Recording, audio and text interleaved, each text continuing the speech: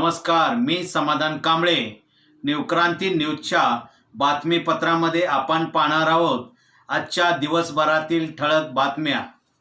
स्वातंत्र्याला 75 वर्ष पूर्ण झाली.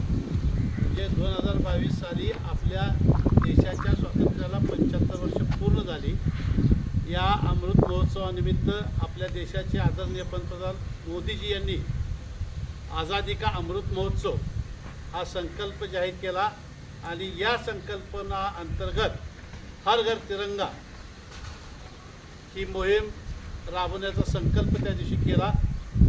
या हर घर तिरंग्याचं उद्दिष्ट म्हणजे आपला असणारा राष्ट्रध्वज, त्या राष्ट्रध्वजाचे महत्त्व, त्याच्याविषयी असणारे बलिदान आणि आपला स्वातंत्र्याचा इतिहास हा सर्व नागरिकांपर्यंत आणि तुमच्या या शालेय जीवनापासून तुम्हाला आपल्या देशाच्या स्वातंत्र्याच्या लढाईविषयी होणारी माहिती ही बाब लक्षात घेऊन आदरणीय पंतप्रधानांनी ही मोहीम राबवलेली आहे.